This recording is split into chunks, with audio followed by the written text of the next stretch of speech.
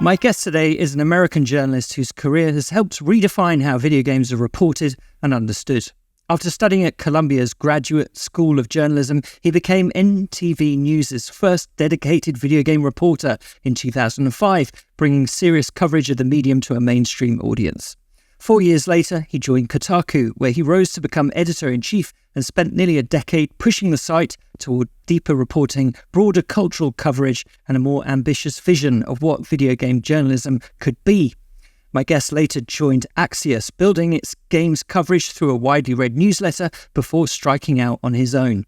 Now, as the founder and author of the popular Substack GameFile, he continues to pursue the stories he believes matters most, combining deep industry reporting with a conviction that games and the journalism that surrounds them should be taken seriously. Welcome, Stephen Totilo. Thank you, Simon, for that wonderful introduction. Of course. It's so nice to see you, Stephen. So yeah, let's get right into it. So for people who know your earlier work, but maybe might not yet know GameFile, how do you describe it, what it is and what you want it to be? GameFile is a newsletter that I publish about 3 times a week that basically follows my adventures as a reporter on the gaming beat. I've been covering gaming for a very long time.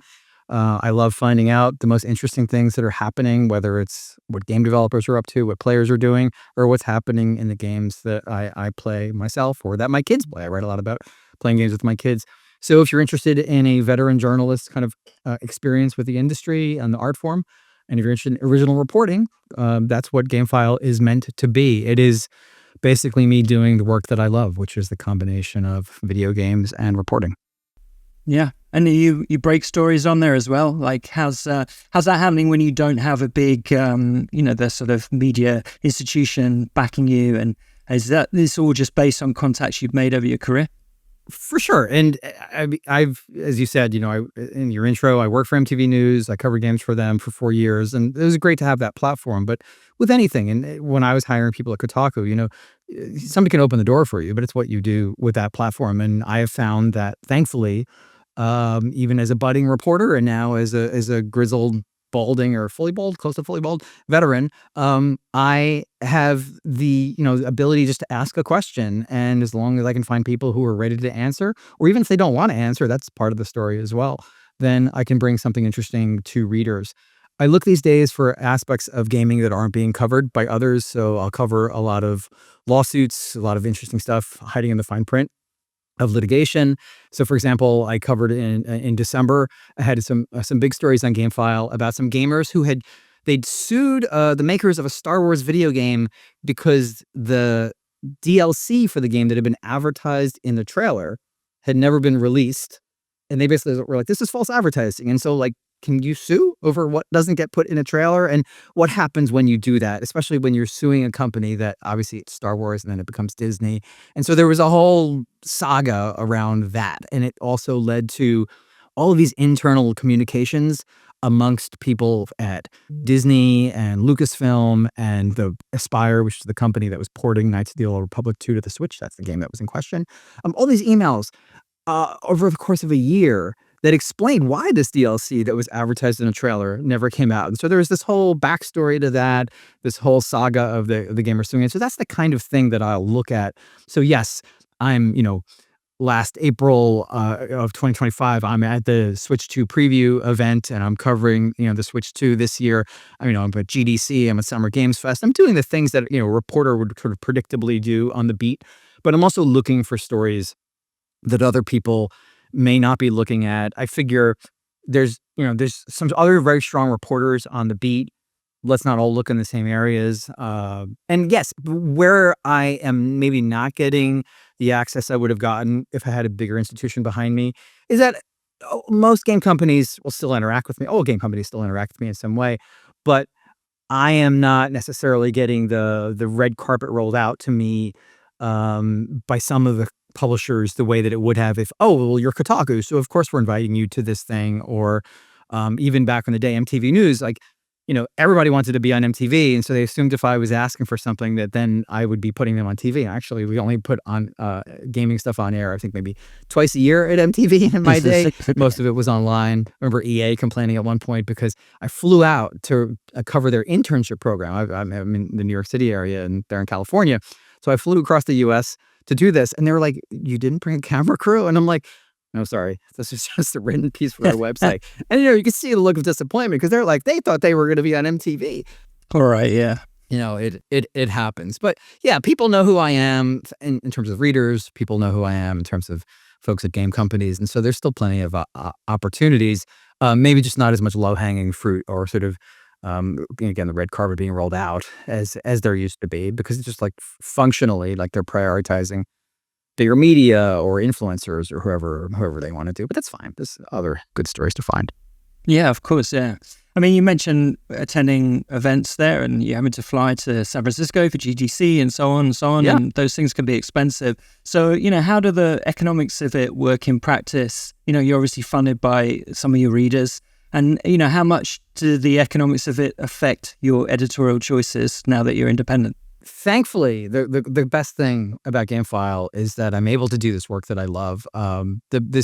It's kind of put nicely that like I left Axios to go independent, but I've been clear about this to enough folks. I just don't emphasize it. I was laid off.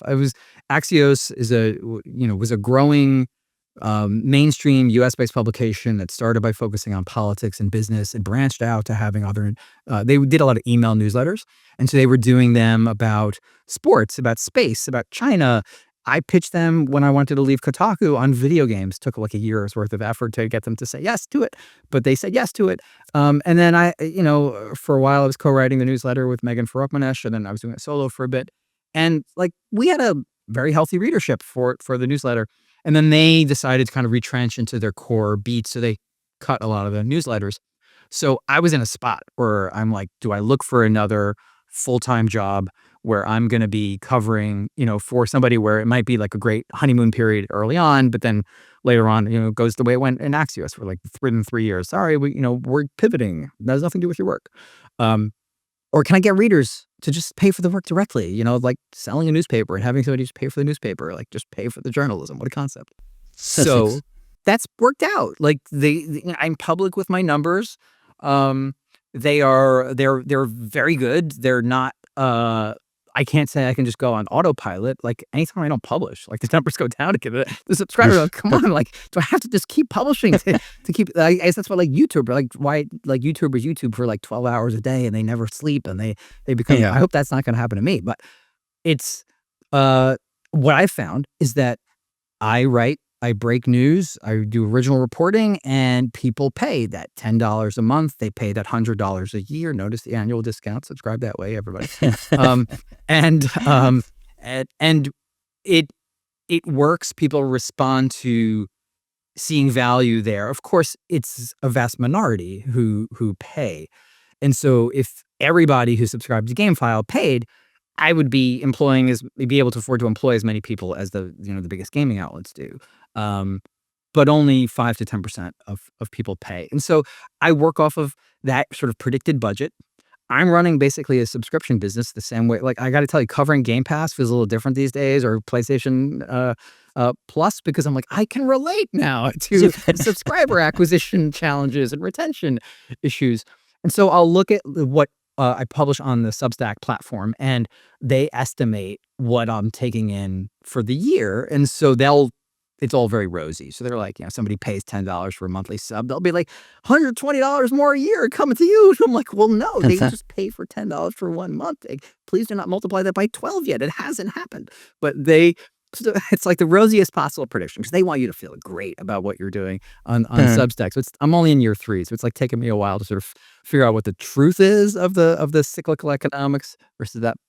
But I look at that and then I think, what can I afford to do? And in a lot of cases, it's not so much that I have like a budget surplus. Like I'll be turning 50 this year. I've got kids, it's expensive to sort of be at this stage of life for a variety of reasons. And so I'm not like so comfortable with what I'm doing that like I can just go anywhere and do anything. But I'm also thankfully not like hand to mouth, like struggling.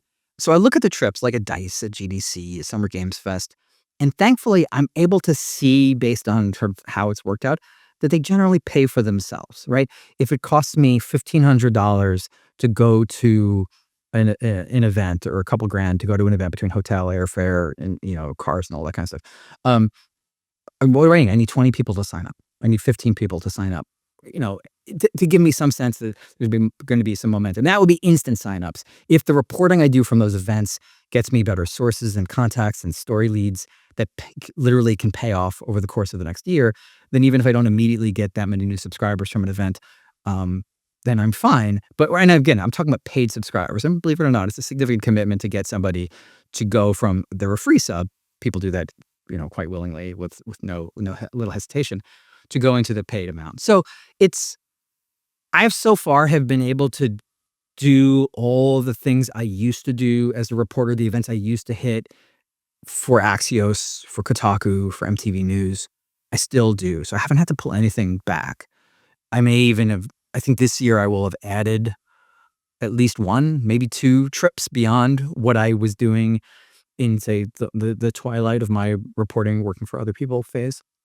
So far it's good. It's, in 2026, you can see people struggling economically, though. Like, growth is slower. I get notes from people say, look, I'm just trying to cut expenses. April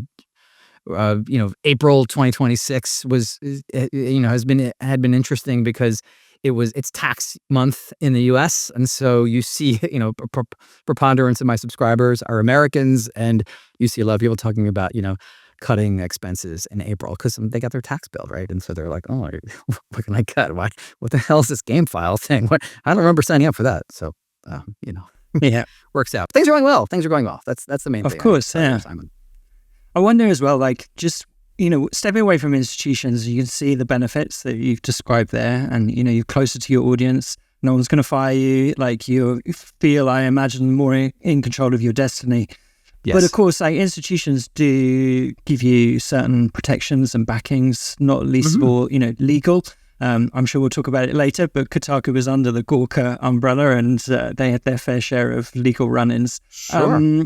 How do you make sure that you're safe in terms of, you're digging into court filings and things that can be legally precarious, right? When you put those things out. Oh, I got a threatening letter from Bobby Kotick's lawyers in January. Did you now? So, I did. So, former CEO of Activision, and what was he upset about? The other Bobby Kotick. It was the other Bobby Kotick.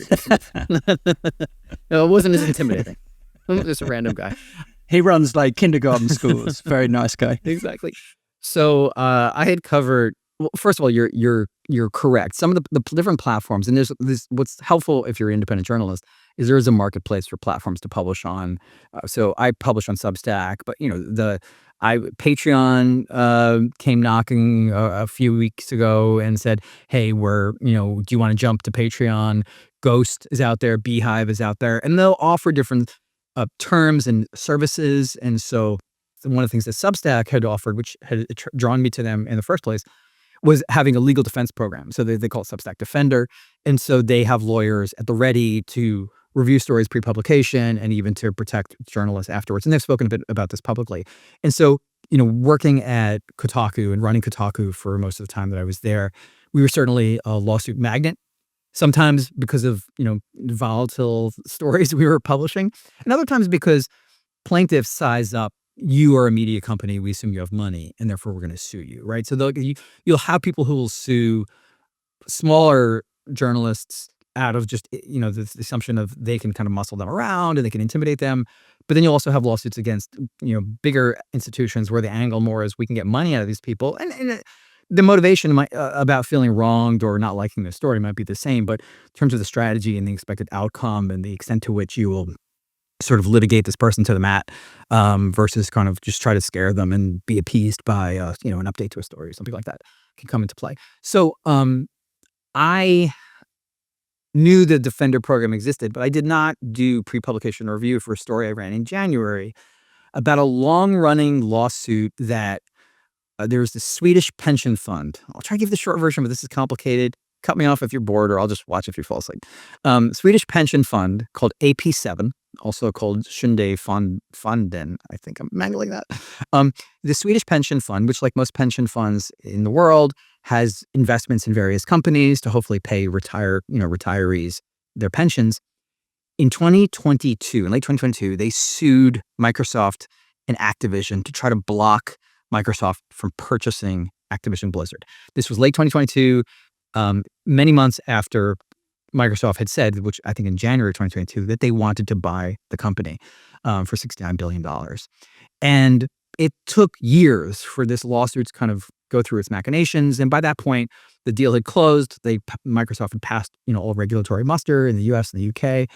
And the companies are absorbed, and we sort of know them all to be one company now. But this lawsuit continues, and one of the things they would like to be able to do is even unwind the merger. Long shot chance of that happening. Among the people they were suing were the board of directors of Activision Blizzard. And one of their key things that they were alleging, and I will say this in a way that won't get you a letter, don't worry, from Bobby Kotick's lawyers. One of the key things that they were alleging was that there had been these sexual misconduct and harassment lawsuits against Activision Blizzard that was 2021, if I remember correctly, from the state of California, from the U.S. federal government. And they were saying the sale process here was rushed by Bobby Kotick because he was looking to sell as quickly as possible. Otherwise, he would have been ousted by the board. Bobby Kotick has always maintained that he wasn't in danger of being fired. He can point to a public statement from the board of directors saying that they stood by him. They put out this statement after the Wall Street Journal had run a story in November 2022 related to saying, Bobby Kotick knew of misconduct allegations and incidents in the company, and the board had still put out the statement standing by him. And one of the things he really emphasizes a lot is that when the lawsuit that California brought, saying it was a frat house, work culture, people may recall some of this phrasing, cubicle crawls of Blizzard employees and names some Blizzard employees alleged of sexual misconduct. He and his lawyers like to point out that when California and Microsoft settled the lawsuit right after they closed the deal, that the judge signed off on a settlement that said, no independent investigation has ever found any evidence of systemic wrongdoing, nor any instance of the board of directors or Bobby Kotick himself, and he was on the board, but they sort of redundantly name him, of having basically looked the other way or condoned it or whatever. And so he's always put this out as, like, this is an exoneration of everything. December of last year, and we're finally at a point in this lawsuit where the different parties involved are going to be making their defenses against these allegations that have now been in the air for a few years of why this merger should be stopped. And we reach a point where Bobby Kotick finally responds. December, he responds. January, that document goes public. I cover the document. It is basically the last 5 years, according to Bobby Kotick, where he says, hey, actually, all those lawsuits against Activision Blizzard from California, that was all engineered by a union trying to drive up union membership based on making employees feel like they needed protection somehow and so they trumped up something and took individual incidents and they made it a thing. And he said, and by the way, why is this Swedish pension fund suing us? Because they are also investors in the Embracer Group, which is the big Swedish gaming conglomerate that owns Lord of the Rings and Tomb Raider and a bunch of other things. Because the Embracer Group was going to see this as a way to weaken Activision Blizzard. So it's this whole kind of story, according to Bobby Kotick. And it's quite colorful, let's say. And Embracer denied it to me that they had any hand in directing the lawsuit. The litigation continues.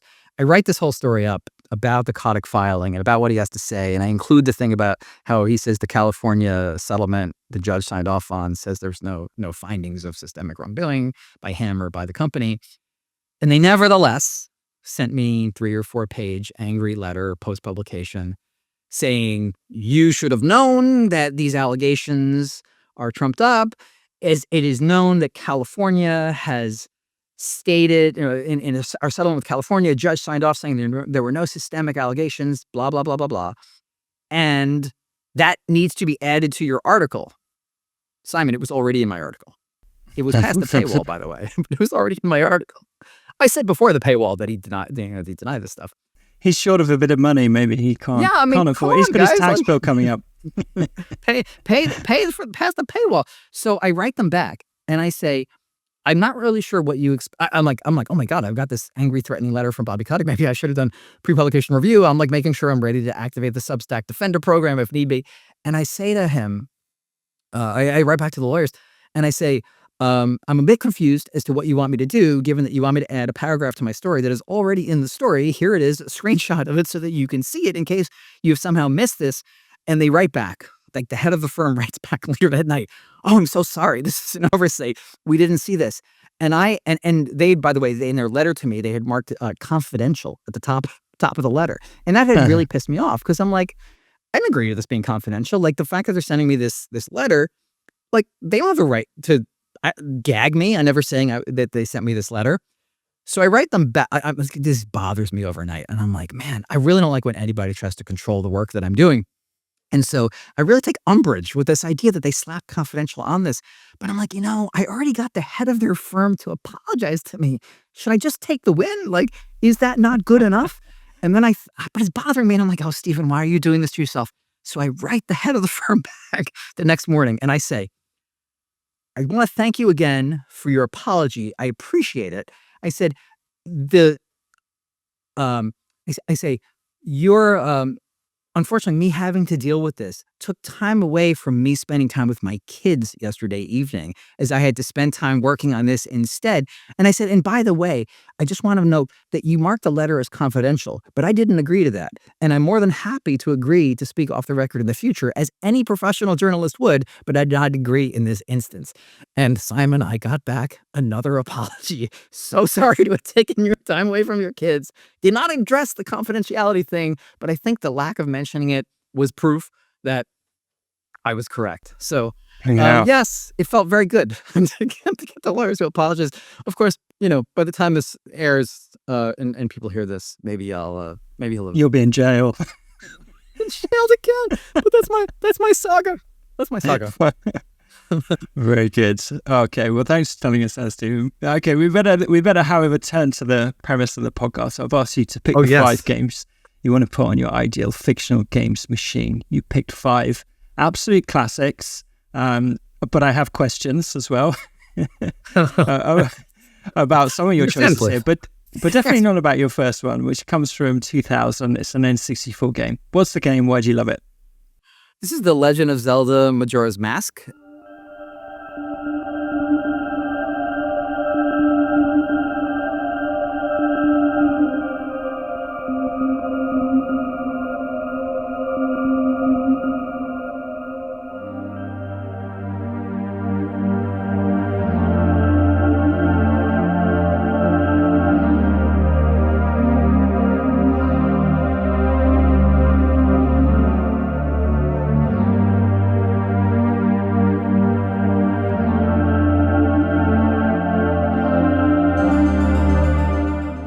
This game is a masterpiece of design, a single-player video game that has this clockwork machinery of how it operates. People who know Zelda games, or maybe people who don't know Zelda games, these are action-adventure games. You play as Link, you're saving the world. It's kind of a fantasy world. You have a sword, you have potions, you have all these townspeople to talk to, and bad guys to defeat. And one of the main gimmicks tends to be that you get items that allow you to reach areas you couldn't previously reach and solve puzzles and problems. And what I loved about Majora's Mask, and it blew my mind when I played it, is that while the prior Zelda games, and even largely, I guess there's one sort of exception, but most of the prior Zelda games simply were about everything I described happening over space. This one, it's all that, but also happening over time. So you're in a world that will be destroyed in 72 hours by the moon falling on it. And so part of what you're doing is trying to figure out what you can accomplish before the moon lands. You will not have enough time. And you have a magical ocarina that plays a magical song that then takes you back in time, and you can take things with you. And just playing this is such a marvelous experience in terms of seeing the intricate journey that a game designer can take you on in a single-player video game, which I often liken to, I'm an actor when I'm playing a video game. I've been giving a script, and I sort of get to experience the role they've made for me. And in this one, it is just this kind of magnificent exploration of interacting with all these people in this town, learning about the cycles of their lives, finding ways you can interact with them. Oh, I missed that person. The mailman always goes here at this time of day. Let me try to be there for it next time because maybe we can have a conversation. That kind of thing. So just a marvelously intricate, wonderful video game. So if I'm stuck with only, the games that can run on a perfect console, I got to guarantee that one's on there because it's just so great. Great choice and brilliantly described. That's made me want to go and play it. So good. Great. All right. Well, let's turn to your story. So, did you grow up in the New York area? Yes, I was born in New Jersey, freehold, same town as Bruce Springsteen, and but pretty early in my life, I was living in New York, in like the suburbs north of the city. I went to high school in Manhattan, though, so I commuted Oh, every you day did? by train to Regis High School. Whereabouts is that? It's on the Upper East Side. Of Manhattan, not too far from the Metropolitan Museum of Art, which you'll see like in a fair number of movies, in Central Park, which is of course pretty famous. We would have gym class in Central Park since we didn't have our own fields at Regis, but it was an all boys school there for 4 years. And I got like a little bit of a taste for my interest in journalism, I guess a tiny bit. There were some like school publications, like sci-fi magazine. I was on like the sci-fi magazine. Shocking, shocking against tropes there, right? But the thing I think that really began to hook me into journalism, and I haven't really talked about this much before, is that I was getting curious about reporting and journalism, partially because like even as in grade school life, I come home from school, walk home from school with my brother from where the school bus dropped us off. And I would always tell my mother how my day went. I was always like complaining. She'd call it my tales of woe, but she was like, maybe you're going to be a reporter when you grow up. I liked Superman. So Clark Kent, that kind of thing was cool. But I got really into boxing and watching boxing, not doing it. I was really intrigued by some kind of wild things that happened in boxing in the early 90s. And in like a very short period of time, I watched what I thought was going to be another big Mike Tyson fight. I'd never seen a Tyson fight, and I saw him get knocked out. I couldn't believe that happened. I watched this amazing fight by the great Mexican fighter, Julio Cesar Chavez. He's like a national hero. He's undefeated. He goes and he fights this U.S. Olympian, Meldrick Taylor. Taylor's beating him for much of the fight. And in the last round, the last seconds of the last round, Chavez knocks Taylor down. Taylor gets up. The referee says, "Are you all right? You want to continue to fight?" Taylor doesn't respond. The ref waves it off. There were 2 seconds to go. There was not enough time for Chavez to have gotten across the ring to hit him again. Taylor would have won the fight. Would have broken Chavez's undefeated record.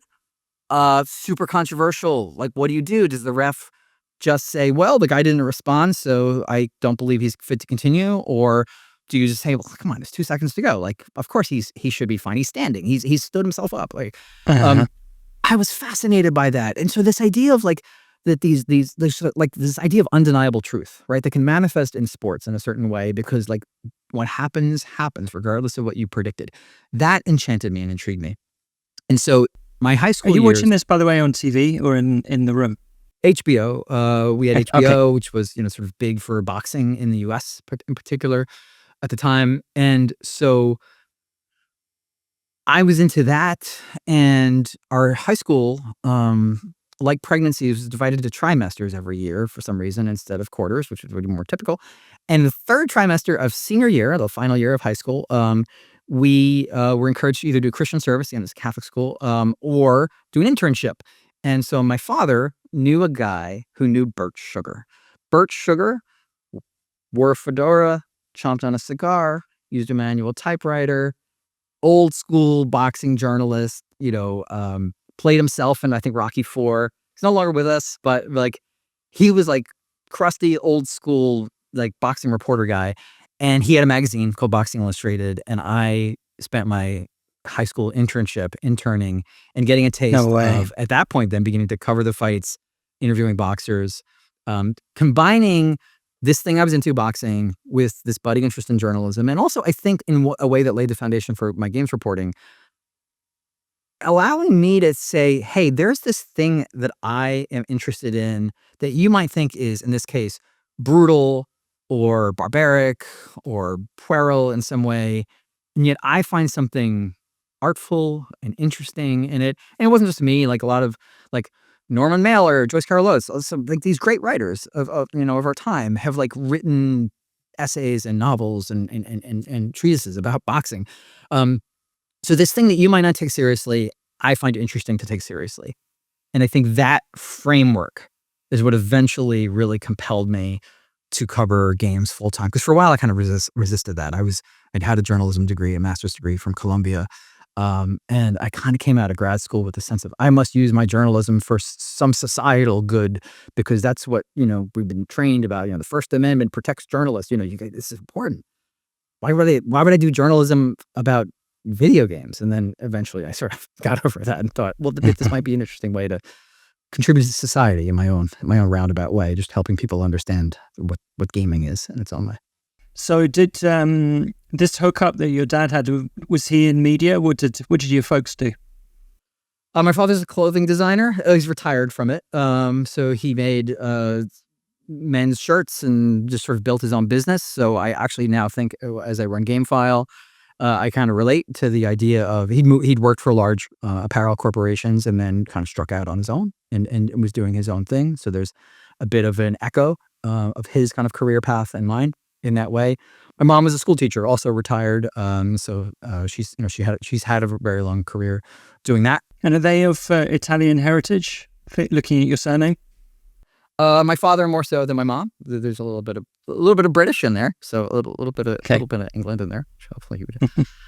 Excellent. And was that quite present for you? I suppose Italians can be involved in clothing and boxing, and there's lots of crossover there. No, I've always been very resistant to the idea of kind of cultural stereotypes, gender stereotypes, what have you, and very much a nurture over nature believer in how personalities are formed, what have you. But no, like there was no, like my dad got into the apparel industry, but his parents were not doing that.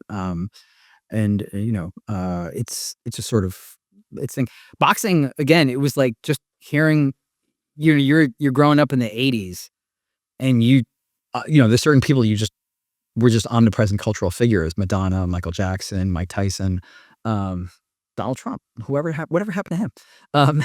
And so with Tyson, I was just kind of curious, like he had this fight where he was, it was supposed to be this big fight, and he knocks the guy out, Michael Spinks, a former heavyweight champion, in 91 seconds. And I was like, wait, what is that? Why did that happen? How did that happen? I got to see that. Like, what's going on? So it was just like enthralling, captivating, intriguing.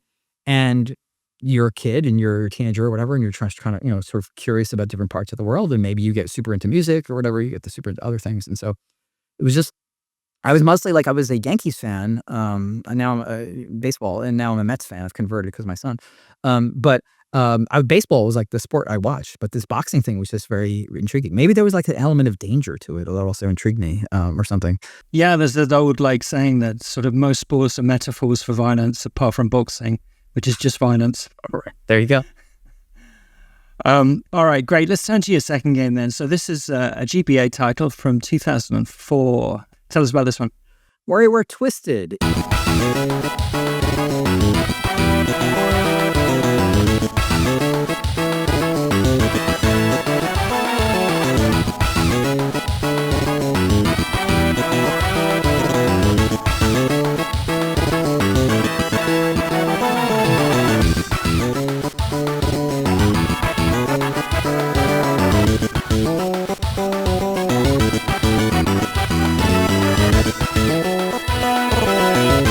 Is the second, I think, WarioWare game. WarioWare games gimmick is that they don't have mini games, they have micro games. They have games that you can complete in about 2 seconds. And if you don't, you've sort of failed. And so you're being given these very short things. There's a finger going across. Can you press the button so it picks the nose correctly? There's a tweezer. Can you pluck the hair? There's a car. Can you drive it, down the lane without colliding to another car? And it's all these things. And they'll take like classic games as well.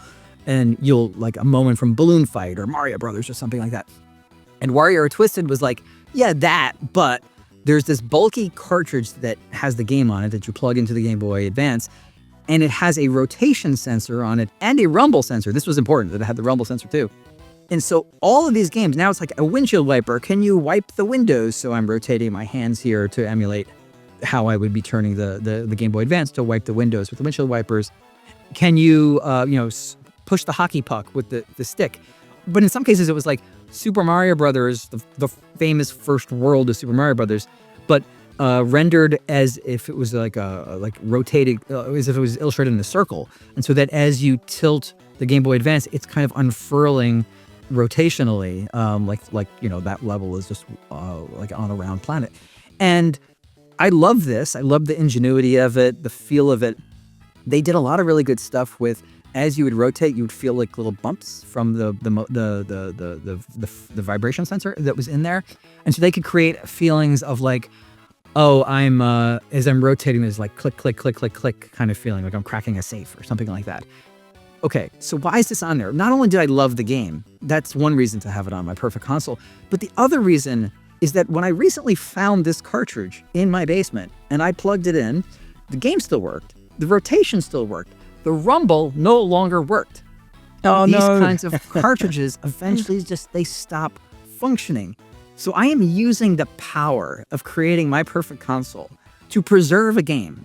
And so whereas my first game represented my desire for this console to include a masterpiece, this second game represents my desire to use the magical powers of creating this console to preserve games that otherwise I do not have access to. That's why this slot could have gone to PT, a game that can't be played. It's why it might have gone to some other game that just doesn't exist anymore. If I was some classic version of an MMO that you can't access and play anymore. So this is a game preservation pick to ensure that this game works, because on my perfect console, that rotation sensor will always work, and Rumble will also always work as well. Oh, amazing. Yeah, you made me want to dig. I have that cart as well, and I dug it out a couple of years ago. Mine was still functioning at that time, but yeah, Rumble too? Check it. Yeah, it was, yeah. Oh, sorry, man. But maybe it's gone by now. I hope it's busted.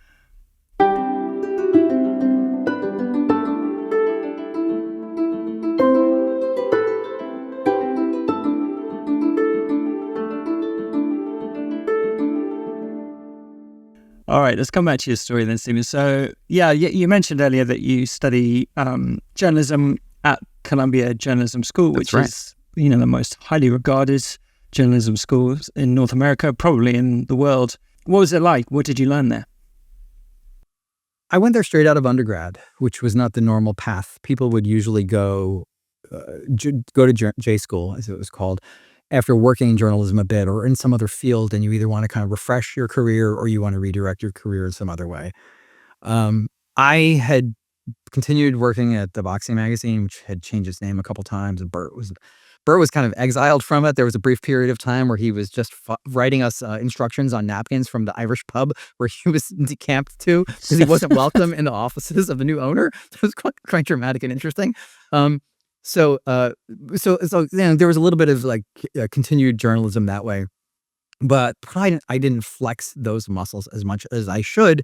And so I was intrigued by the opportunity to go to journalism school, and thankfully financially it was an option to go. And then I went to an open house, and I seemed way young there compared to everybody. But one of the advisors was like, look, you can go to this great school at your age. Like, why not do that? Oh, it's like a good pitch, right? So I joined, and I was immediately kind of wowed and intimidated by a lot of my peers who had been covering the news through newspapers. And I was used to this monthly boxing magazine and things with a slower cadence. And so I was like, that seems like the real journalism to me. And so I developed, I guess, an inferiority complex of the kind of reporting I felt capable of, and this much more important and rigorous and, close to the truth and to the people of daily newspaper journalism and what have you. So I developed a reverence for that. I would say we were all assigned neighborhoods in New York City. So I was assigned the Sunnyside, Woodside neighborhood in Queens, New York, which is one of the boroughs of Manhattan, where the Mets play, close to where the Mets play. And I was sort of expected to get stories there. But this was just before it would have been viable for you to then publish your school reporting online. I would graduate. This was a one-year program, so I graduated in 1999, and I would say that by a couple of years later, there was a functional website for what you were filing. But this was still pretend journalism. I'd go to the neighborhood. I'd talk to people into doing interviews with me. I'd have to tell them, this is just an exercise. This isn't going to run anywhere. Maybe in some cases that helped. In some cases, right, okay. Why am I wasting my time? They were more open with you. The most formative takeaway that I've had, and I've mentioned this in one or two interviews before, so I'll be quick, was just that we were all paired with classmates and asked to profile each other.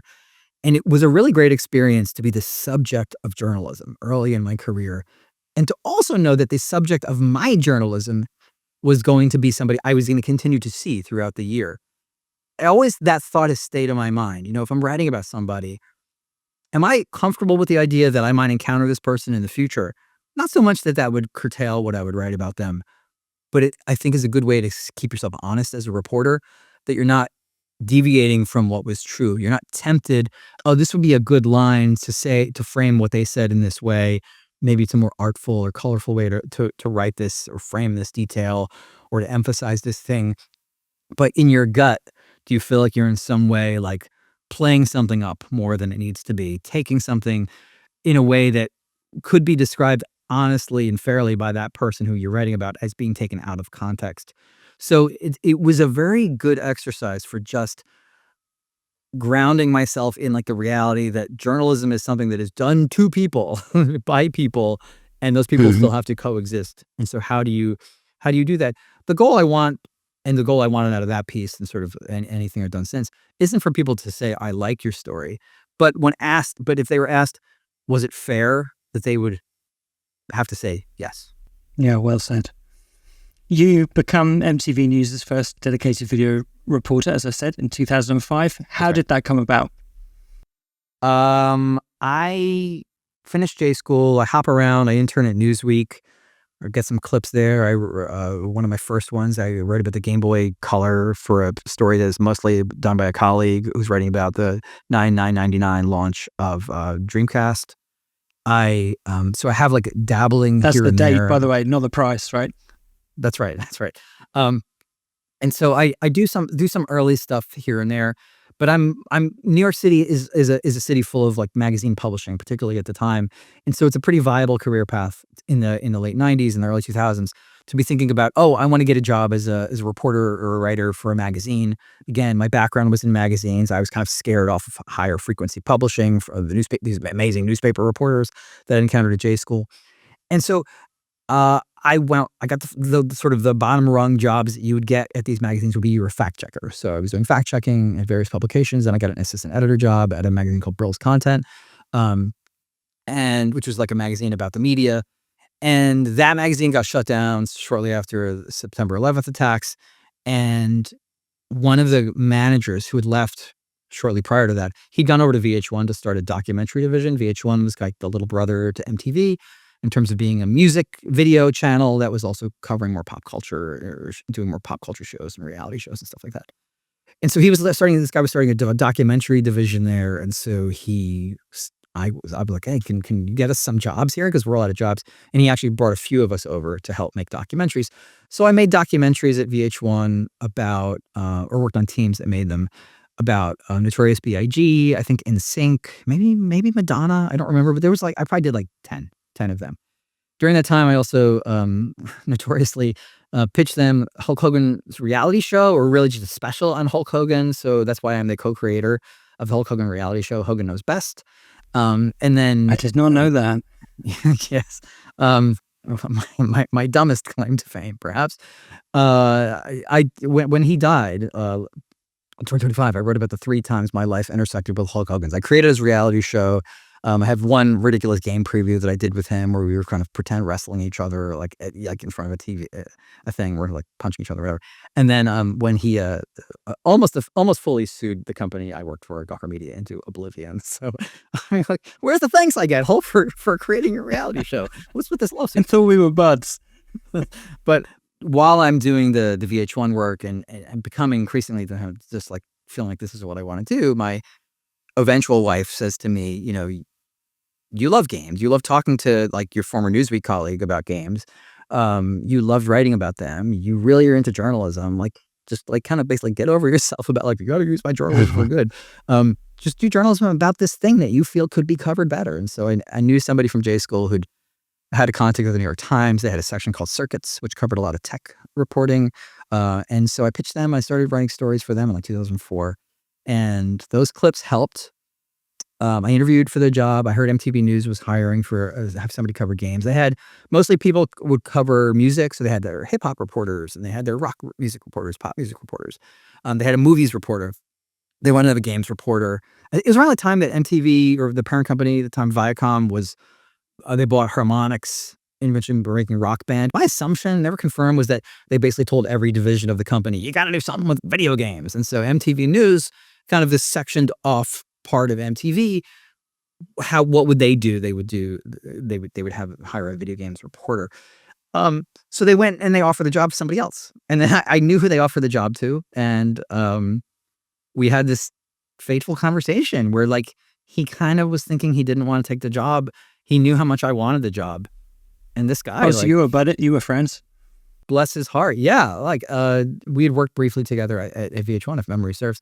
And he said, I think they liked my Rolodex better. He had more clips. He had more experience kind of covering games. He'd only, I think, like very briefly done like freelance for VH1, but mostly was like journalist doing other stuff. And, super lucky of me and fortunate of me that he just was like, pass, you can take the job. So it's a good job. I got the job and I held it for 4 years. And, when you get there, you talked a little bit about, some expectations perhaps for people that you were covering, that you were going to put them on the TV, and it wasn't that. What was and you had to get over your own sort of cynicism perhaps, or, sense of, video games are, a lower medium perhaps compared to literature. I was over that. I was over that by that point. You were over that by then. Yeah, the time stuff basically was the opportunity to do that. I remember there was Did you feel that though when you were working for the Times? Did people look down at it at all? Your I was peers? a freelancer. I was only interacting with the editor there, but I pitched them. It was 2004, and I had this idea about the Vietnam War, which sort of lives so large in the psyche of Americans, particularly in recent, prior to, I think, the wars in Iraq and Afghanistan. I think becoming a bigger deal for American kind of recent culture and thought. But Vietnam, which was in the 70s, really it was a sort of in the 60s, right? Was this thing that really kind of impacted culture and art forms. And there were books and movies and music about Vietnam War and the great sort of strife within America over this war and refusals to go to the war by a lot of people and the resistance to it. And games had nothing to say about this. And I posited that if games are truly an emerging and growing art form, and so much of it, particularly the time of gaming, was coming from America, what to make of games having nothing to say about Vietnam? And then that year, there were actually going to be a bunch of like sort of Call of Duty-esque games, but set in Vietnam. And so it was kind of an exploration as to that. And that kind of thing, like, to me, felt like it had more kind of cultural heft to it. There were interesting questions that I thought that it raised. So it was stuff like that, where that began to make me feel like, no, I can do work that I feel good about doing about this. MTV News was getting over this anxiety about being more of a high frequency, sort of in terms of publishing. I was freelancing with the Times like once a month. Suddenly at MTV News, like I had the opportunity to file every day, and got over myself. And it's just like, okay, that's not as hard as I thought. Those newspaper people, they were doing, great work, but I could do it too, in terms of cadence and frequency. Great. All right, Stephen, let's come to your third game. We're going to 2018, a big jump forward from your previous one now. Tell us about this one. Red Dead Redemption 2.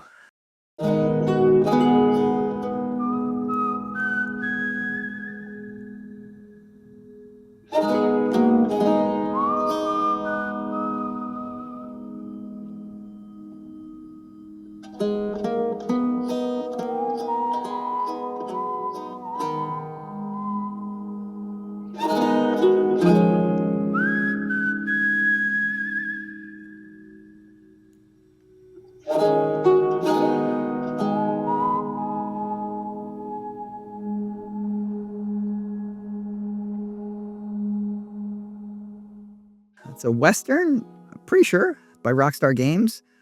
Can't say much about it because I haven't played much of it, because this game is on my perfect console because I need to make sure I play it at some point. And so I kind of picture that if I have to take this console, like I'm on a desert island or something, and these are the only games I got, like I have been telling people for a long time, I know I got to play this game. It's supposed to be a great game. And so this game is a stand-in for any game. But this is the top of the list for me, I think, of any games that I just have not gone to. Planescape Torment could be on this list because I hear it's great and I've never played it, and so I need to get to it. And so I'm blocking it onto this box so that I play it. Very cool. I can't believe you haven't played it. I think they're probably hours of it. Yeah. I reckon after the next GTA, there'll be a remaster or something like that, won't there? Right. That feels like the right time. So maybe that's when you can jump back in. Cool. All right. Well, yeah, tell us. So, yeah, you're at MTV for 4 years. And like you say, you sort of cut your teeth then on more of the sort of blogging frequency, I suppose, of updating every day or two, which is, then what you step into when you move to Kotaku. What made you decide to make that jump from, I suppose, a more mainstream coded outlet to specialist? They poached me. They liked the work that I was doing, and I was tired of seeing the work that I was doing in MTV get relatively little play on like MTV's website, while then doing great traffic for the blogs of the day, Kotaku, Joystick, and others. This is the heyday of the gaming blog, high frequency publishing, often riffing off of other people's work. I had used my own sort of philosophy and opportunity that I had at MTV News to do as much original reporting as I could. At the time, I look back on it and I'm like, did I do great stories from TV? I think they were fine, but I don't know that there's that many like great investigations I did at the time. There's some stuff that I'm proud of, but it was more that I would, at least if I was going to like a preview event in New York City, pride myself on asking questions that I didn't see anybody else asking, getting answers other people wouldn't ask. If I was sent a press release, actually picking up the phone and asking a follow-up question. And so those extra details that I would get would always stand out. And so those bloggers at those sites looking for something different or extra to fill out their post quotas or whatever, got to know that if you looked for my byline, you were going to see work that had something that others hadn't gotten, and therefore they were going to run it. And so understandably, if you looked at MTV News' website, all the music coverage was up top and the movie coverage, gaming was their newest beat and their lowest priority. It's kind of how it is when you are working for a mainstream outlet. You aren't going to be bumping the other bigger beats out of the way for the most part. And so I'd been able to expand a little bit. I hired Patrick Klepek, who was at One Up, I think at the time, but still a longstanding games journalist. And so we've done a little bit of expansion. I'd absorbed some people from other parts of MTV that were doing gaming for MTV.com's website. And so we had a small team. And then they began to do some cuts overall at the organization. And so that team got smaller. And so like the writing was on the wall, and I was like, oh, I think my job is secure here for a while. But I get this call from Brian Crescente, the EIC of Kotaku at the time. I'd already done a guest stint. I guest blogged for a week, then Jeff Keighley guest blogged for a week. I forget if there was a third person. I think I can't remember who it was. And like, I got that taste of like everything I published, there's like 1,000 comments or literally probably 100 comments on everything I published. And just that feeling, the thing that people get off on social media, where it's like you say something and you get that rush of like, I got liked, I got retweeted, whatever, right? Like it's like unhealthy, right? But I try to be as much of a sort of a reporter of the people as possible. I always assume I can only know so much. And the mass of people out there, even if they don't have the access I have or the job I have, which gives me dispensation to ask anybody any questions, they will collectively know more than me in some way. And so my work is improved by listening to and paying attention to feedback from readers.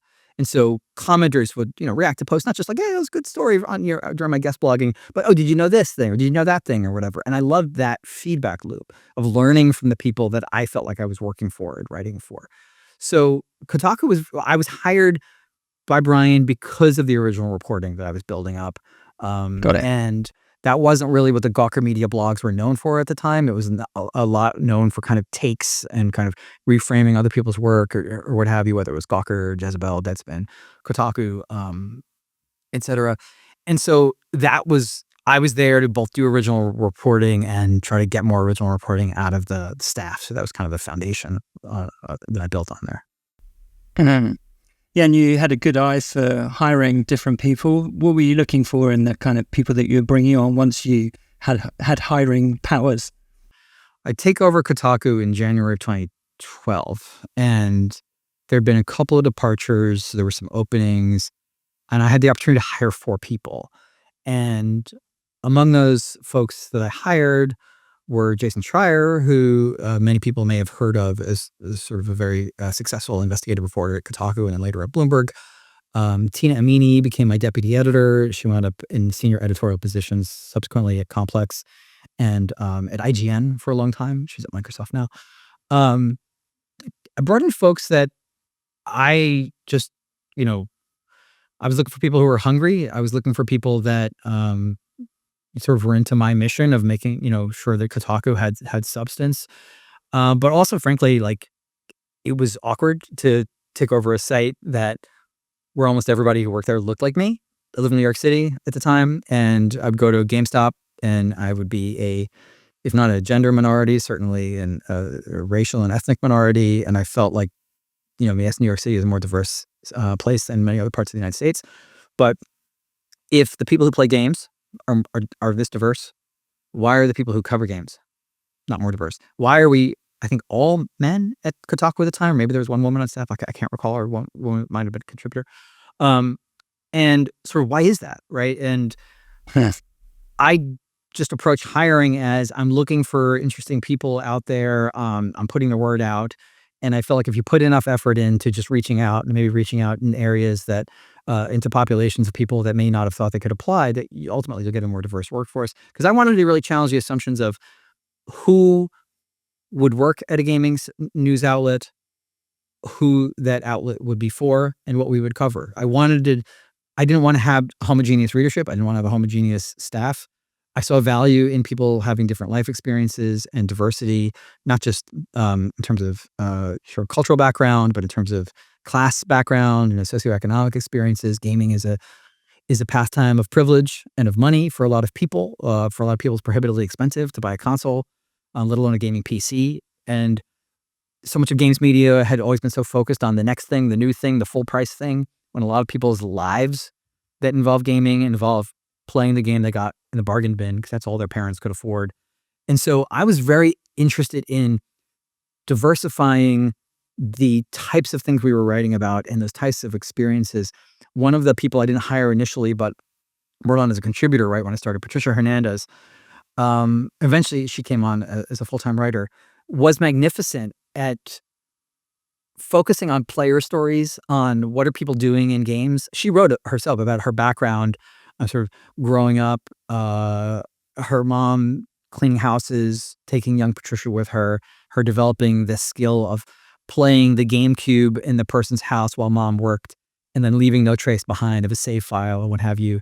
And she really opened my eyes to the value of covering games as they exist in people's lives, not just as they exist in sort of the potential of the future. And so a whole lot of my hiring focus was, who can I hire who's going to know about or be able to find out about things about gaming that I don't know about, but that I bet many of my readers will connect with their lives in some way. Also, I had a background in original reporting. And so while I was very happy to bring in, over the course of my 10 years, some really talented critics, I always felt like I did my best work as a leader supporting reporters because I knew how to do that. I felt like I didn't really know how to get the most out of critics. My job was mostly to open the door for people and have them flourish. But where I could support and build and draw attention to work, I noticed that I was more consistently successful at that around the reporting. I knew how to help those reporters level up, to use a corny cliche, in a way that I think I didn't really know as well how to do that with critics, who oftentimes had all these important things they wanted to say about the art form that they were kind of culturally and intellectually investigating, but were sometimes, as a leader, something that I found more challenging to figure out how to find the best success with that. Very good. And full disclosure, you hired me a couple of times when you were at Kotaku. I did. You profiled Brenda Brathwaite Romero for us, if I remember correctly. Yeah, and Chris Crawford as well. Yeah. Yes, Chris Crawford. Yes, the creative GDC. Didn't he have like marbles in a jar? That's what I'm remembering. What was that? Yeah, so he had different coloured marbles to represent his estimated weeks or days left alive on the planet, and he would move them from one jar to the other to give him a visual representation of his remaining time. So. Oh my. Okay, well, we'll come to the dramatic bit of Kotaku, your Kotaku tenure in a minute, but let's come to your fourth game for now. So this came out in November 2020. Tell us about this one, Stephen. This game is Assassin's Creed Valhalla.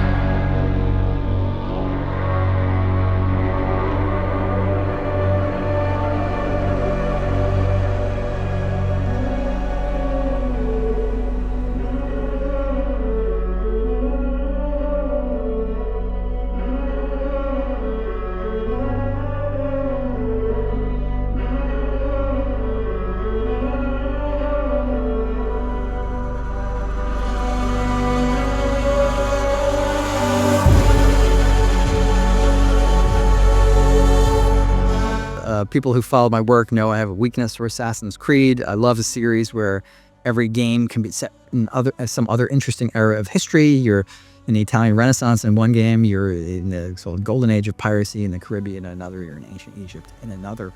Why Assassin's Creed Valhalla, a game that is admittedly far too long, probably isn't the best Assassin's Creed? Because, again, I kind of think of this console, I'm taking on a desert island. I have no guarantees that I have any other games other than these games. And Assassin's Creed Valhalla is sort of a love letter to the rest of the franchise. It touches on, it intersects with lore and events for other ones. There's a whole section of the game that's a prequel to another. It's a surprise prequel to another Assassin's Creed game. There's a surprise voice cameo from a character who you would never think would show up in this Assassin's Creed, but if you follow this very esoteric side quest, you hear him at the end, and you're like, "Whoa, this character is talking in this game." And so here I am, loving Assassin's Creed. I've only got these games. I'm going to play the Assassin's Creed that basically is all of the Assassin's Creeds. And so I'm putting this one on my console. Very good. All right. Well, let's talk about the court case. So for people who know their 2010s internet history will be aware that Gawker Media was sued by, you mentioned it earlier, by Hulk Hogan and Peter Thiel, who was the co-founder of PayPal and many other things. Peter Thiel. He didn't admit it at first. Oh, he didn't. Oh, okay. That was the drama, right? That was the drama. Hogan is suing. How does he have all this money to sue? Why is he not settling? He was backed, right? Yeah. Because there's this billionaire who felt he was wronged by Gawker years prior, and he had been trying various strategies to destroy our company. Right.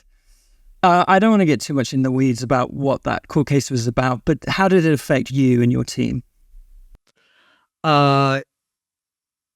There was always, I felt like the entire time that I was running Kotaku, we had collectively a hand tied behind our back.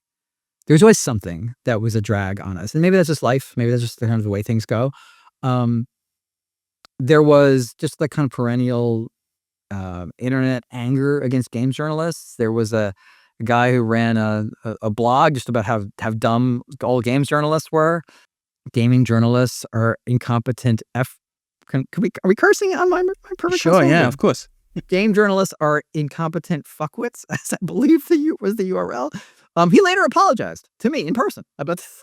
Oh, he did? But it was just like a chronology of like dumb shit. And yes. But there was some dumb stuff on Kotaku over the time, I guess. So it was like, look at this typo, look at this post about like this wacky thing. Why is this a post? There was always like the drag of like, oh, you all suck at what you do kind of thing. There was the, curious pattern where women who worked for Kotaku seemed to get a lot more shit from people online than the men who worked for Kotaku. And that was a drain on those staff and, really sucked for them to experience. And this is like before kind of Anita Sarkeesian is making videos and that's sort of stirring up even more kind of, vitriol against her. And we then were covering those. And of course we were therefore seen as woke, or no, it wasn't woke at the time. We were social justice warriors. It was before woke, SJWs or SJWs. So there was that. And then there was, the Thiel Hogan lawsuit, which just like, you don't want to get into the weeds, but just to kind of acknowledge, it was over a clips of a sex tape that had been leaked to Gawker and an argument then over what Gawker should or shouldn't have to remove from its website.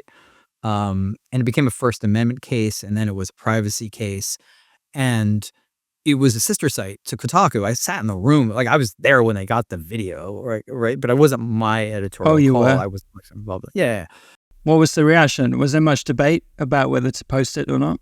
I wasn't like privy to that. I just have this memory of, there's mail that came in, and then they're watching some black and white video, and they're like, oh, this is a sex tape or something like that. Like I'm a bit fuzzy on it. I just recall it kind of showing up and having some awareness that they were going to publish or that they had published it, sort of the moment of that publishing, something of that nature. But I wasn't really in the weeds of what Gawker was doing any more than they were aware. So, the layout of the room, it was almost like you were going to like a public library and there was a table for each site. Kind of a dark room in Soho, downtown Manhattan. And by lamplight, you're working at your blog. And so, I was very ensconced in communicating with most of the Kotaku staff were not in New York. So there were a couple people maybe at the time in the New York office, but mostly people are remote. And so you're sort of very much in your world of sort of online communication, looping everybody in, even with the people that are sitting right next to you, you're talking to them in Slack or whatever the chat tools were that we were using at the time. But to know that there's a Florida jury trial going on, that this case is not going away, that people are calling us, Fifth Avenue pornographers, that they're digging up the worst, perceived or real sins of Gawker past, and every day they had a new thing to go after Gawker on, and quite like asking one of the women who was an editor at Gawker, like if she had slept her way to the top. So like they're saying we're sleazy. The jury was allowed to ask questions, and those questions were pretty sleazy. And so it's just like demoralizing. You then get hit with $140 million judgment, and it's like, wait, this was 8 seconds of this celebrity who was like, what is happening here? Like, why is this $140 million? And like, I remember seeing that verdict, sitting on the floor. It's GDC, whatever year that is. I'm sitting on the floor with a colleague, and we just see the result, and just like jaws on the floor. What in that moment? What do you think? Are you thinking, "Oh, that's it. It's all going to close down. We can't afford that"?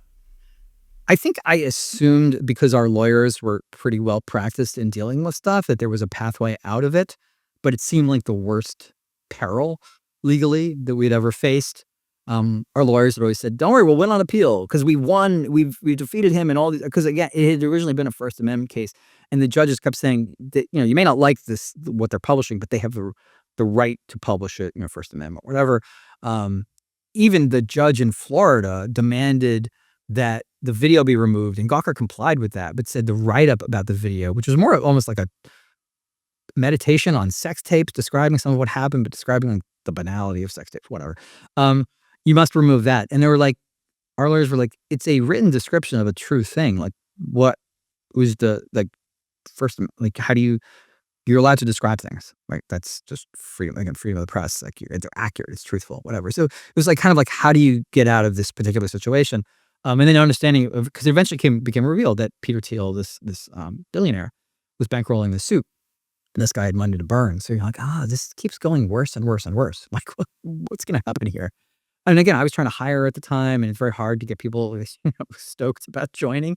When you're like, by the way, we might be sued out of business. There were rumors or anxiety that if we didn't come to some sort of legal resolution soon after the verdict, that Hogan's people would be able to come in and start repossessing the office furniture. I remember that being a concern. Visualizing like that Hogan's people taking the couches out of the buildings. So it was definitely like an existential worry. And then the outcome of it was all of our sites except for Gawker were sold to Univision, the Spanish language broadcaster that had these ideas about expanding English language, having a little mini empire of English language publications that they could then turn into TV shows or even TV channels. There was talk briefly of like a Kotaku TV show when I was at Univision, stuff like that. I was the rapper Lupe Fiasco. I was on a phone call with him because he would potentially have been involved in this Kotaku TV show. It didn't go anywhere. Oh, what did he want to do? Did he want to do the theme tune? It would have been like, no, he would have like hosted it, and it would have been like Lupe's like goes to game studios. It was like the same idea that everybody has when they want to do a celebrity gaming thing. I mean, I don't know what else you're gonna do. Like, he goes to see how the games are made. Like, okay. Lupe Fiasco interviewing testers would be, it's so boring. The exact thing, when I was hired by MTV News, the exact thing they said is, we know that having like Snoop Dogg just like talk about the games he plays is not working. We want to know how to connect with the gaming audience better. Right. We'd like you to figure that out. So I had like carte blanche to just try to do interesting stuff. I like to think I succeeded. At least I succeeded to help Joystick and Kotaku, as we mentioned before. So, we survived that. And then pretty soon, Univision, the honeymoon period lasts a bit of time. We do some hiring. But soon enough, that is curdling because Univision, they bring us in because they have this whole hope of going public as a company and IPO and everything. And then they decide at the last minute to not do that. And I guess because this is how corporations work, once they decide not to do that, they go into layoff and buyout mode. So then it's like this depressing phase of like people are offered the chance to take money to leave. So, and by the way, there was Gamergate, which was, within that saga as well, where we were the main target of... in terms of media targets of anybody. So they're going after Anita Sarkeesian, they're going after Zoe Quinn, and they decide Kotaku is, this den of iniquity, this central clearinghouse of journalistic crime. So they come after us. And so that was like quite, taxing on the staff to figure this out. Because there was not really a playbook of what you do when every time, you wake up, somebody's decided, this tweet from one of your staffers from 5 years ago is proof that they're unethical and should be fired, and sort of how do you deal with those bad faith attacks at the same time, just sort of grapple with what that does to your staff and your ability to just sort of serve your readers. So yeah, I mean, I mean, it's obvious what that would do to your writers, as you who are, responsible for them professionally, but also emotionally to a certain degree as their editor. What toll did that take on you? It really sucked. I mean, it was, I don't know. It was depressing. It was stressful. I will tell you though that when the Gamergate stuff, when the attacks began, I was on vacation in Croatia. Gawker Media had an annual retreat to Budapest, Hungary, because Nick Denton, our founder, had roots there. And so after that, I went to Croatia with my wife, and we were going to be on vacation for a few days.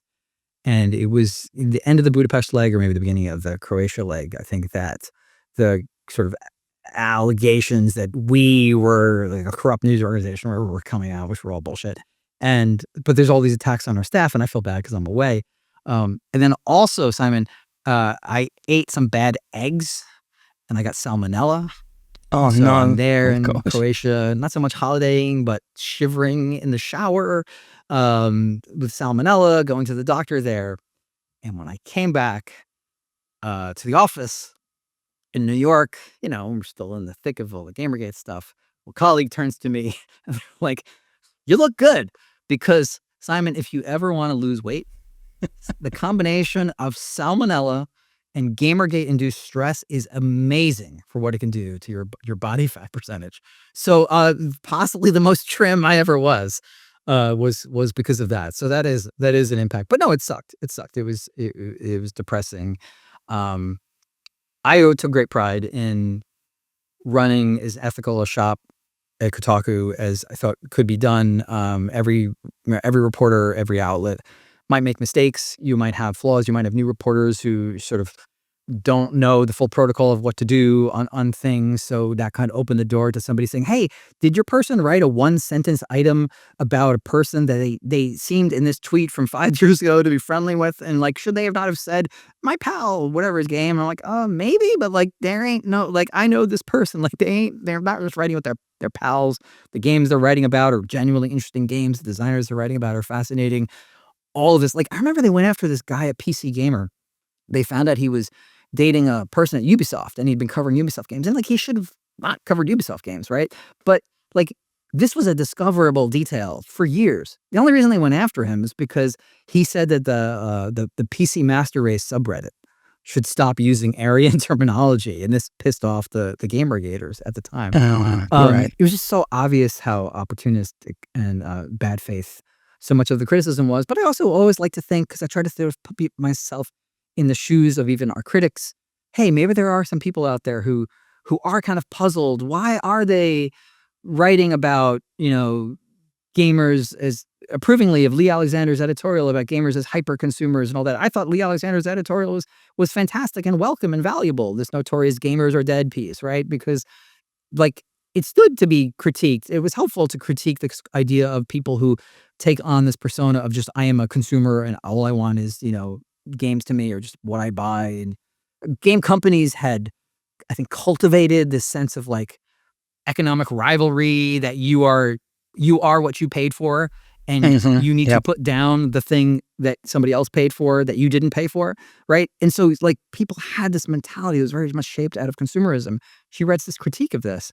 And other people like, one of our writers at Kotaku thought it was interesting, and so they wrote about it. And this becomes assumed to be this coordinated attack on gamers. No, we all play games. We all like games. Like whatever. Like, no, it's just like you're giving your lives to writing about them. Yeah, right.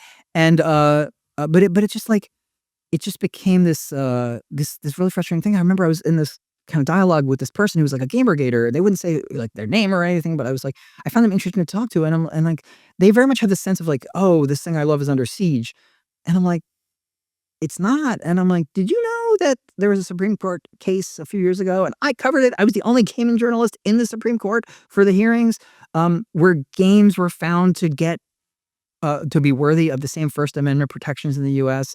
that all other protected forms of speech and entertainment and art were, that it was considered violent games couldn't be criminalized in the U.S. any more than violent books or violent movies could be. They had no idea. And I was like, these are it's so easy to see people getting sort of pulled into this outrage movement because they're feeling like, oh, the games media is attacking me or this thing I love. And it's like, no, do you not know like where gaming actually is? And it's like anything else, it's resilient, it's complicated. There's things you can criticize. It's not going to crumble and fall apart.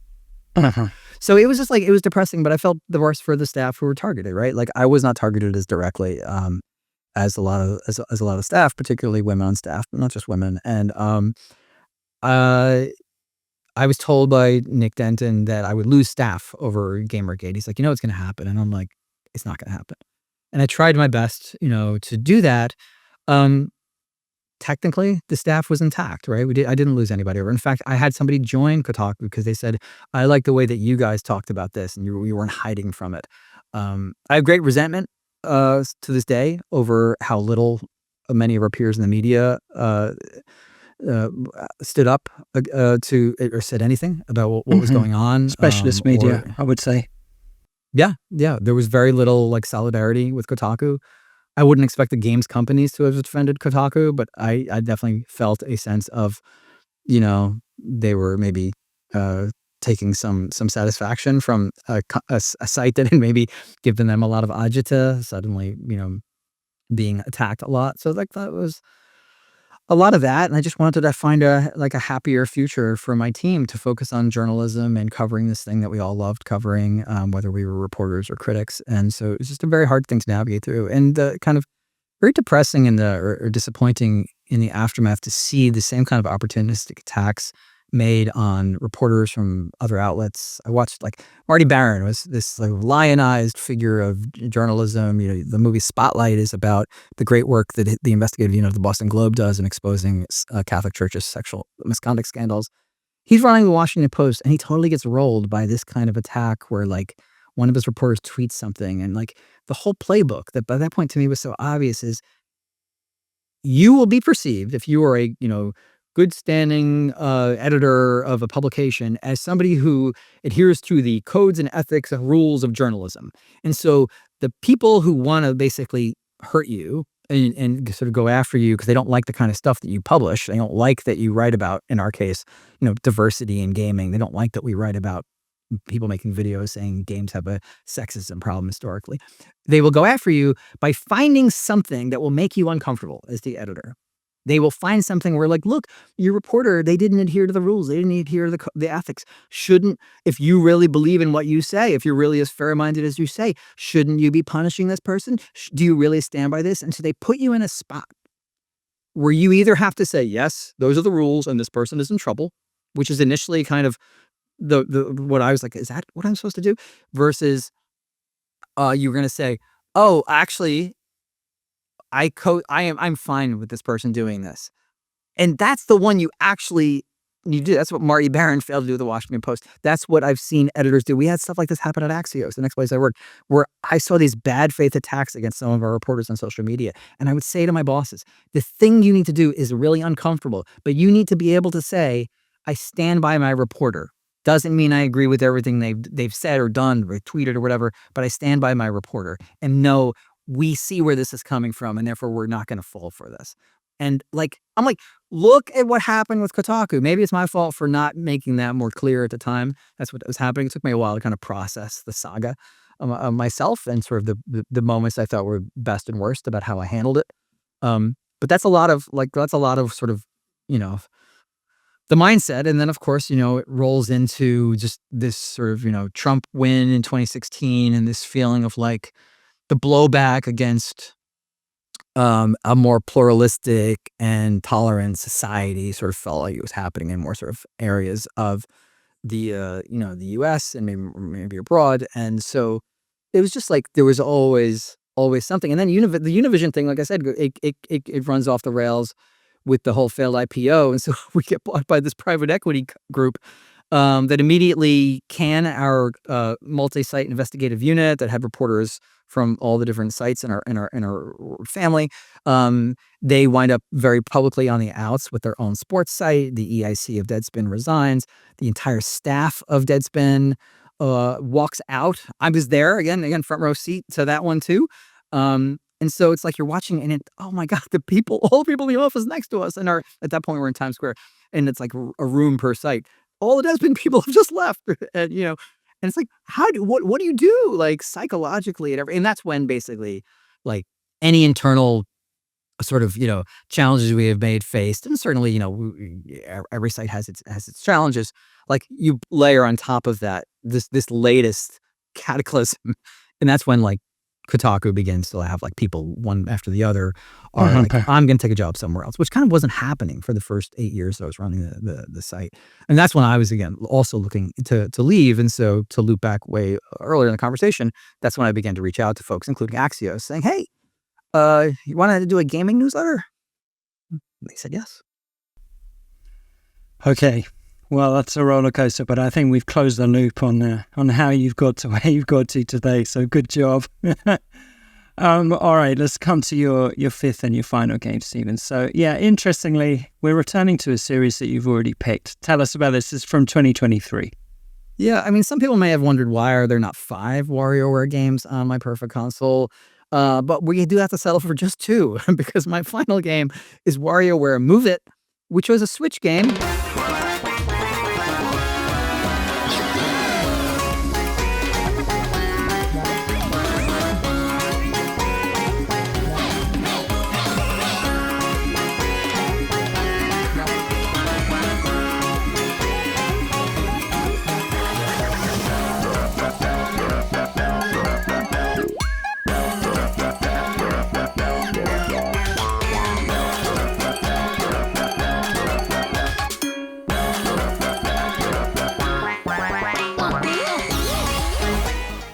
And I mentioned WarioWare Twisted was the concept, but with a rotation sensor. This is that concept with Joy-Con, motion controls, where you're playing every game with different body poses. So not so much swing your arm as in assume a T pose, assume a like squat, and the controllers are kind of detecting what pose you're in, and then you're moving within that pose to do various swimming, climbing. Again, I think they had nose pick. They have nose picking in like every game. I wrote a whole piece at Kotaku about the history of nose picking WarioWare games. That's one of my proudest Kotaku articles. Like I said, uncovering truths that nobody else will uncover. Like that is the truth. And so this game, is it my favorite game? No. But is it my kid's favorite game? It might well be. And so this game delights my children, who are now 9 years old. They're twins. I have played it with them a lot. They love playing it. Again, I am strategically creating this console, and I need to have a game for my kids, their favorite game. And so that's why WarioWare Move It is on there. These days, Tomodachi Life, Living the Dream could be on there. They also really like Snake.io, the version that Netflix offers, with no microtransactions. So like those could have been candidates. But the leading one is WarioWare Move It. Brilliant. Very well put together and thought through. Let's go through your console, Stephen. So we've got The Legend of Zelda, Majora's Mask, yes. WarioWare Twisted, Red Dead Redemption 2, Assassin's Creed Valhalla, and WarioWare Move It. Brilliant. Yeah, this console's going to need all sorts of bits to do Twisted and, Move It. But we'll make it work. Physically a very strange device, for sure. We need a name for your console to market to the world. What would you like to call it? You got any thoughts? Yeah, we can call it the Twin Station because for my kids. Nice. Is there anything twin about it? I don't know, but like I said, I'm at the phase of life where it's like a lot of life is about my family, my kids. So it's like I get to make a console. Like I want them to be central to it somewhere. Absolutely, the Twin Station. I thought about the Twin Box. It didn't sound as good. Twin Box. No, Twin Station is nice. Yeah, Twin Station. I like it. And so where if people want to sign up for GameFile, what's the easiest way to do that? How do they find you? You go to gamefile.news /subscribe if you want to just jump right to the subscription page, but read it first. See if it's interesting to you at all. You can be a free reader of it. You can read it online. You can get it emailed to you. You can read it in the Substack app if that's your preference. Again, my goal is to give people things they're not going to know about elsewhere. Original reporting, looking into just parts of gaming that aren't covered excessively anywhere else. Because, like, why are you going to pay for games journalism? You get so much of it for free. And my proposition to readers is that for $10 a month, you will get to read stories you're not reading elsewhere, questions being asked that nobody else is asking, and you hopefully will learn new things, different things, or find out things first that you're not getting from other outlets. So you can check it out for free. You can see if it's your thing. One fully free edition a week, 2 paywalled editions. You get to read a little bit. I hated putting a paywall up on my on this. I'd wondered if I should not do that. Again, I'm like, I want to do my journalism for the people, and so I don't want to have FOMO there. I don't want people to worry they're missing things. So even the paywalled versions, the paywalls are real low because I want people to not feel like they're being tricked or manipulated to paying. Maybe I'm being too easygoing, Simon. Maybe I need to. Somebody told me put the paywall right at the top, make every edition paid. I'm like, I want people to see the work. I want people to know. Like, I don't want to hoard knowledge. Like, the whole point of my job is to spread knowledge. So gamefile.news if you're interested. If this rambling of that I've been doing all this time has not satiated you and you need more. It's not been rambling at all, yeah, and people should sign up. It's excellent. And thank you so much for coming on, Stephen. It's been so good getting to know your story, lots of which I didn't know. So thank you for sharing it with us. I appreciate that and all your work as well. My pleasure, and thank you for asking good questions and getting me to talk about things in some cases I have not spoken about to other folks. So appreciate and respect the work that you do, Simon, always, and keep up the great work.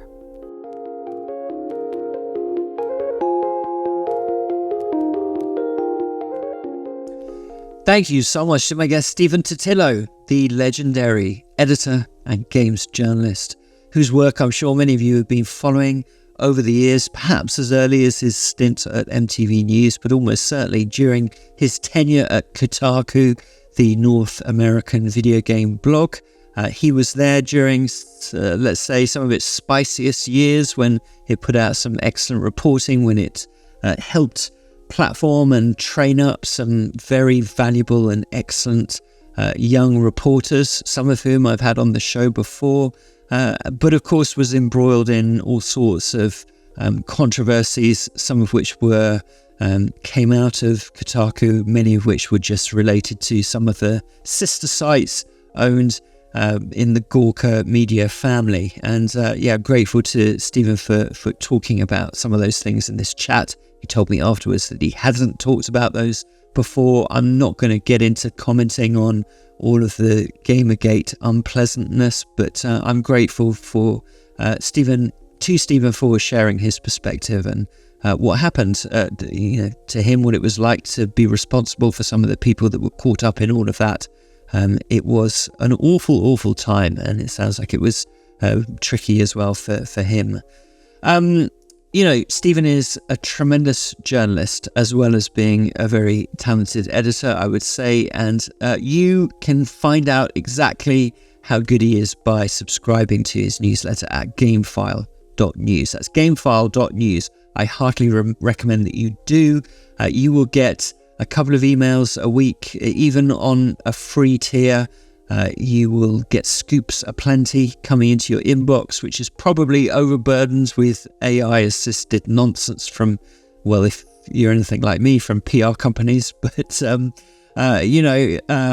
Stephen's stuff is not that. It's human-written, crafted, reported out, valuable stuff. Just some of the things that Stephen has broken via GameFile since it launched in 2024. He was the first person to let us know that Microsoft and Xbox was planning to put out a version of Sea of Thieves for the PlayStation. That, of course, was until that point a Xbox PC exclusive. But it did really mark a change, I think, for Xbox, and now we see many of their games, their first-party games, appearing on PlayStation. Sea of Thieves was the first, and Stephen was the first one to let us know that was going to be happening. I'm sure many of you will have seen as well last October when Stephen broke the news that about a cancelled Assassin's Creed game This was a game that was set during the American Reconstruction, in which the player would have assumed the role of a formerly enslaved black man fighting the KKK. A pretty, spicy premise. Stephen's reporting said that the leadership at Ubisoft deemed the project too politically risky after the backlash that they'd experienced to Assassin's Creed Shadows. Regretfully, this was the fact that Assassin's Creed Shadows, which was a game set in Japan, had a black samurai protagonist. It actually had two protagonists, one of whom was a black samurai called Yusuke, I think. And yes, idiots on the internet were mad about this for reasons. I don't know. Well, mainly racism, I suppose, predominantly is the reason. There was a historical figure who was a black samurai who's been written about lots by very esteemed Japanese historians. This was the source material that was used for this particular storyline. I do think that Ubisoft's leadership was pretty mealy-mouthed in its support of its studio, of its developers, of its writers, of defending their right to tell whatever the hell story they want to, let alone one that's based on robust historical sourcing. So it's a shame that they did that, and it's doubly a shame that they cancelled this, what sounds like a very interesting game with a very interesting setting. I'm sure there are people within Ubisoft who want to make meaningful games that tackle difficult moments in history. Why shouldn't they be allowed to do that? Why can't video games be taken seriously and do serious things? We want them to be art. We want them to be taken seriously. But then as soon as someone wants to actually do something serious with them, everyone has a little tantrum and retreats to safe terrain. Irritating. Anyway, we've got Stephen Totilo to thank for the fact that we even know anything about that. And so yes, once again, that's gamefile.news. I'll put away my soapbox now and remind you of the URL, gamefile.news. Thank you, Stephen, for coming on. It was really wonderful to have you. And it will be interesting to see how the stuff around Bobby Kotick proceeds in the days and weeks after this podcast comes out, perhaps before it comes out. It seems like there's a lot of road left to go on that particular journey. Okay, if you would like to write to me, you can do that at myperfectconsole@gmail.com. If you want to scream about some of the things I've said in this outro, then you can do that there. But, I'm a human being. Be nice to me. Talk to me like a human being. If, we'll have a conversation. Some of the comments that get left on Spotify I have to delete because, I don't know, I think the audience for this show is lovely and empathetic and kind and loves video games and loves the people who make them and is interested in the world. But occasionally, I guess one episode, because of someone who's on it, will attract perhaps listeners who aren't used to it and they leave horrible comments. I can take it, but I don't, often leave those up. I try and curate the comments section, so sue me. And if you want to have a dialogue about any of that stuff, just write to me. I'm happy to do so. So that is, once again, myperfectconsole@gmail.com. You can follow along on social media. We're on X, we're on Blue Sky, we're on Instagram, and we're on TikTok. And I would like to thank Big Games Machine for their support in running X and Blue Sky, those accounts. Thank you so much. It helps lighten the load. And speaking of that, if you would like to help support the show getting made, the best way to do that is to head to patreon.com/myperfectconsole. If you become a paying supporter, you can become a free one, but if you become a paying supporter, you will get your episodes early. You will get them without advertisements. You will get them in video format if you so desire. You'll also get a bonus episode every 1 month with myself and comedian Glenn Moore. That special episode takes the form of essentially a book club, except for video games. This month, we're playing through Day of the Tentacle, which was picked by Tash Hodgson, one of my favourite conversations I've had on the show ever, I think, that came out last month. Day of the Tentacle was one of her game picks, and so we're playing that through as a community. So if you'd like to do that, then download the game. You can leave your thoughts and your comments on Patreon, and then Glenn and I will be discussing it imminently, and then we'll do another one next month. So once again, that's patreon.com/myperfectconsole. yeah, if you're listening to this on Spotify or Apple iTunes, then why not leave us a review? You can just leave us a star rating, I think, if you're on Spotify, or you can tap out a review on some of your those, whatever you're using to listen to this. It does help other people to find the show, so please do just take 30 seconds or a minute to do that. It'd be really very much appreciated. Next week, I have a barnstormer of a guest, another real good one. In fact, this is, I think, one of the only creators I've had on of a game that is in the top 10 highest grossing video games ever made. So it's a first for us. That game is PlayerUnknown's Battlegrounds, or PUBG Battlegrounds. Came out in 2017. Do you want to know how much money it's made? Estimated. This is not even a particularly up-to-date stat, but according to moneyinc.com, which sounds like it's a reliable source, but maybe it's not, PUBG Battlegrounds has made $16.5 billion to make it the 7th highest grossing game. Do you want to know what the others are? Why don't I rattle through those quickly? Well, they do write in this article how they went about finding this out. But anyway, one spot above PUBG is Honor of Kings at 19 billion. In fifth place is Fortnite with 20 billion. In fourth place is Street Fighter 2 with 21 billion. Presumably that's counting all the quarters from 1991 that were spent on it. Dungeon Fighter Online is the third highest grossing game. I have not heard of this video game. It's apparently an RPG that came out, made by the South Korean developer Neopol. Not sure how you say it, but anyway, it's got a huge following in Asia. Second, the top two games came out, one of them in 1978 and one of them in 1980. Is that depressing or not? I'm not sure. In second place is Pac-Man at $25 billion. And at first place is Space Invaders at $30 billion. I don't know if those are true or not, but what is true is that Brendan Green, the creator of PUBG, is on the show next week. Brendan has got such an interesting story.